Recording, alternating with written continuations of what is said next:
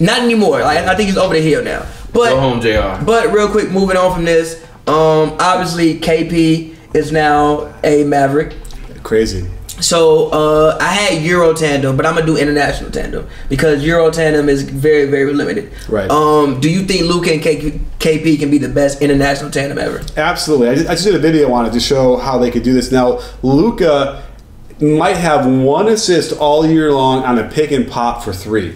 For whatever reason, they're not sending. Well, Dirk hasn't been playing out that much. Dirk don't need to play. So and he's the king of the pick and pop. Look, Dirk, I love you. You are a basketball legend. I will never let my kids say anything bad about you. I will remember you for the rest of my life. But go home. Yeah, he's like a one piece of wood just bouncing around out there. He's like Boogie's leg that he tore his Achilles on both legs. Yeah, right. So, so you can imagine what that's going to unlock by sending a 7'3" dude, setting a big pick on him and being able to turn the corner, and they can't help off because they do. Then he's going to hit KP for a 3. Plus, KP can spot up in the corner and then bring his man all the way out, and it's going to open up everything. So Tim Hardaway Jr. too. I actually like him for this team. Over Wes Matthews. Yeah. I mean, he's one of those irrational confidence guys. But also, I said last year I thought Tim Hardaway had the potential to be an all-star in the East if the Knicks wind up like having a somewhat decent record. They were kind of whatever. Then KP tears the ACL. Yeah, all of that shit goes immediately out the window. So I don't think he will ever make an all-star team, especially if he's going to be in the West. But I think he's one of those guys where he's going to be. Remember, he's going to he's going to be a CJ McCollum type guy for this team. As a third or fourth guy. But if CJ was the third guy instead of the second guy, which is the problem I think for the Blazers, that CJ is the second guy. I mean, listen, the Blazers record speaks for itself. Yeah, but we saw Dame, as you say, how got strapped up. Dame got strapped. Dame and CJ got strapped. No, CJ was good. Dame got strapped up. You know what? Yeah, CJ was averaging 25. Dame got strapped up and driven 90 down I-10. That was really surprising, by the way. How that all played out. And by the way, it gave Gentry another couple of years of coaching. That man Dame said, That man Dame said, I have never been defended in my life like this. And I was like, you know what? You right. Yeah.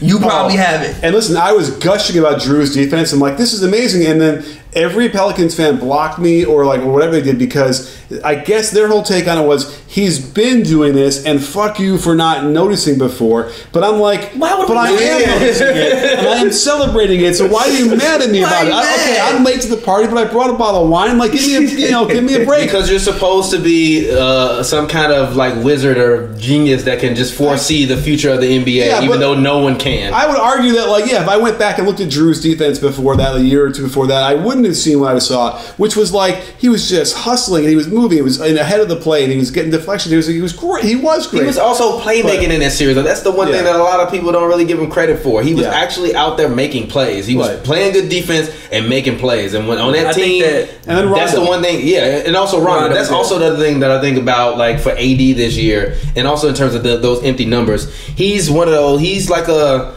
This is going to sound disrespectful, but I feel like AD to me is kind of in a Karl Malone situation where I don't know what Karl Malone would have been without John Stockton. I know he would have still been putting up great numbers, but I don't know what Karl Malone would have been without John Stockton. Yeah. One of my homies calls AD Bayou Kevin Love. Bayou Kevin Love. Shout out. Right. Shout out my homie Damian. But right, I mean, because Kevin Love's numbers in Minnesota were probably pretty similar. They were not blocks, insanity. But when it comes to best international duels, obviously you got to go Steve Nash and Dirk. People like Steve Nash from Canada, Dirk is from Germany. I think that's one. Obviously Tim Duncan and Pick a Man, Manu or Tony Brock or Pick a Man. But I don't in my mind's eye I don't feel like Parker and Duncan hooking up together for plays, right? I don't have that. I know they must have set that's more of a mono to me. Yeah, so I don't feel like that was that wasn't a Stockton Malone kind of thing. Yeah. But again, I don't want to be limited to just pick and roll. But okay, so anyway, we have that. Manu, I think Luka and KP for one. If Luka can come back and be healthy. But I think even playing with Luka, he doesn't even when Phil said I don't think KP is the number one guy. I agree.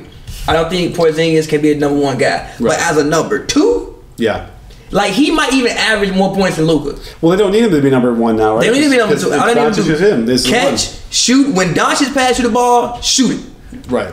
Or make a play off the dribble. Yeah, that's all they need him to do. Oh, it's going to be off the hook. It's going to be really exciting. Dallas pulled off a great trade. Now, the only question is New York loses the trade today. But if that pick becomes number one, I don't think they lost it. I don't think that's what I want to talk about next. I love what the Knicks did. I saw Knicks fans panic, and I'm like, what the fuck is wrong with you? We gon' slide, we gon' chill. She said she loves me, I'm her.